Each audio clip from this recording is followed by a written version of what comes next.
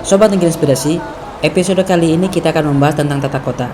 Kita akan lihat berbagai kota di dunia, mulai dari London, Paris, Wina, Manchester, dan berbagai kota di Scotland. Kita akan lihat nih, bagaimana tiap kota tersebut punya ciri khas masing-masing. Baik ruang publik, ruang privat, sungai, taman. Kita akan jelajahi bagaimana ruang-ruang publik itu didesain, bagaimana misalnya cara mereka menyebar kursi-kursi di taman, bagaimana ruang bermain anak yang relatif aman dari jalan raya, bagaimana jalan-jalan itu didesain trotoar-trotoarnya. Itu semua mudah-mudahan bisa membuka pikiran kita untuk mendesain kota kita masing-masing. Oke, sekarang kita berpetualang. Kita coba, kita panjat Arc de Triomphe. Mari.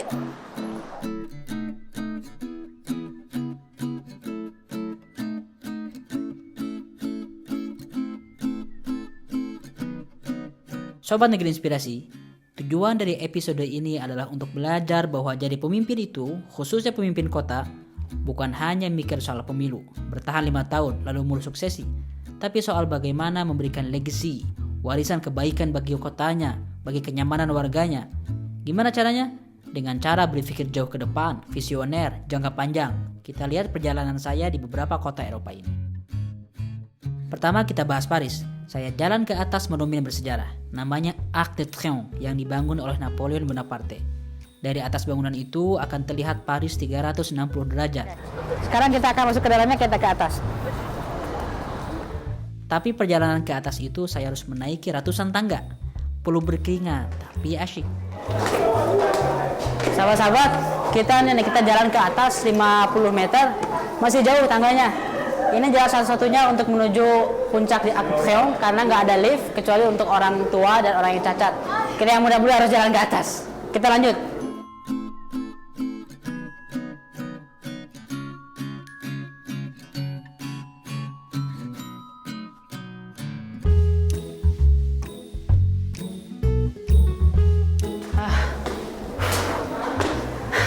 Akhirnya sampai juga. Kita masuk ke dalamnya.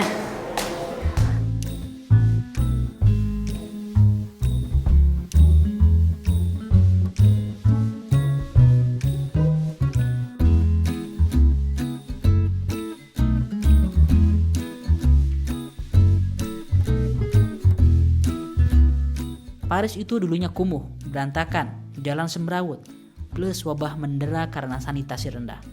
Tapi ada pemimpin yang gak mau keadaan gitu terus. Namanya Kaisar Napoleon III, sepupunya Napoleon Bonaparte. Dia tugaskan seorang ahli tata kota jempolan, namanya Georges Eugène Haussmann. Dia memang agak keras dalam pembangunan, tapi punya visi. Sehingga membangun kota itu bukan tambal sulam, bukan untuk 10 tahunan, tapi ada Grand Master Plan, bahwa kota itu harus didesain dan harus bisa bertahan ratusan tahun layak huni. Itulah pemimpin visioner. Sahabat-sahabat, dari atas Arc de Triomphe ini, simbol kejayaan Perancis, terlihat sekali bagaimana rapinya kota Perancis. Karena kota ini didesain bukan 100-200 tahun, tapi sudah berabad-abad. Ketika mereka mendesain kota ini, mereka sangat memerhatikan tata kota, bagaimana letak jalan-jalan. Karena mereka berpikir untuk membangun sebuah kota yang bisa bertahan beberapa abad ke depan. Sehingga desainnya sangat rapi, sangat tertata, bagaimana mereka meletakkan perumahan, bagaimana meletakkan toko-toko, dan bagaimana mereka meletakkan taman-taman publik dengan sangat rapi sekali. Di atas puncak Arc de Triomphe ini kita bisa melihat tatanan kota Paris yang sangat rapi. Salah satunya ini, Jalan Champs-Élysées, jalan yang paling terkenal di Paris.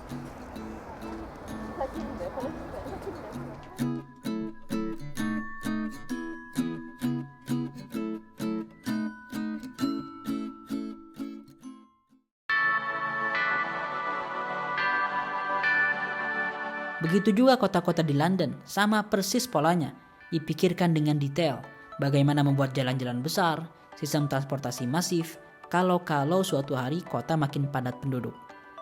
Jikapun kota mulai padat, seorang pemimpin perlu memikirkan ruang-ruang publik yang nyaman. Sederhana contohnya, misalnya kursi di taman, agar orang-orang bisa happy, dan juga nyaman saat keluar rumah. Contohnya di Edinburgh ini, kota tua, tapi sejak dulu sudah berpikir dengan standar service excellence untuk kebahagiaan warganya.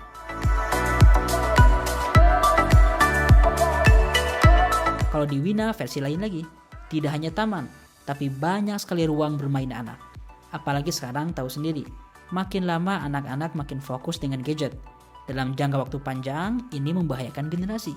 Makanya pemimpin visioner perlu banyak memfasilitasi ruang bermain anak.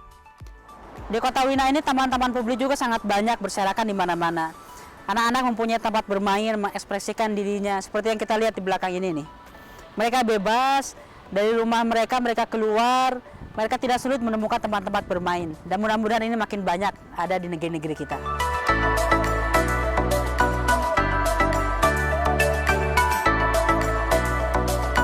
Ayo lempar bolanya. Hup. Wah!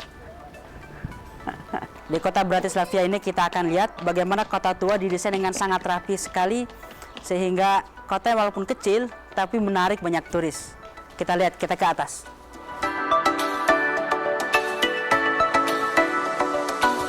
Di Bratislava beda lagi.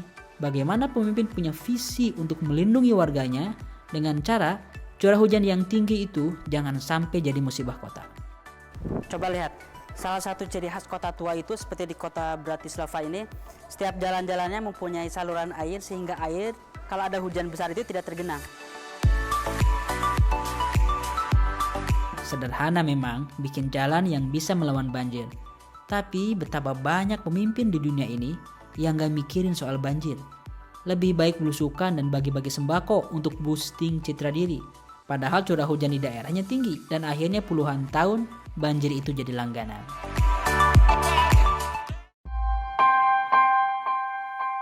Sahabat-sahabat, kita sudah melihat berbagai kota di Eropa ini, mulai dari Paris, London, Edinburgh. Dari setiap kota yang kita kunjungi, kita melihat ada kesamaan bahwa setiap pemerintah kota sangat perhatian terhadap kenyamanan warganya, kenyamanan untuk menghirup udara segar, kenyamanan untuk mengakses ruang-ruang publik, kenyamanan dalam transportasi, kenyamanan dalam sana bermain anak-anak, kursi-kursi yang berjajar di setiap jalan untuk istirahat warga, ruang-ruang istirahat untuk orang tua. Hal ini penting dan ini menjadi inspirasi bagi kita.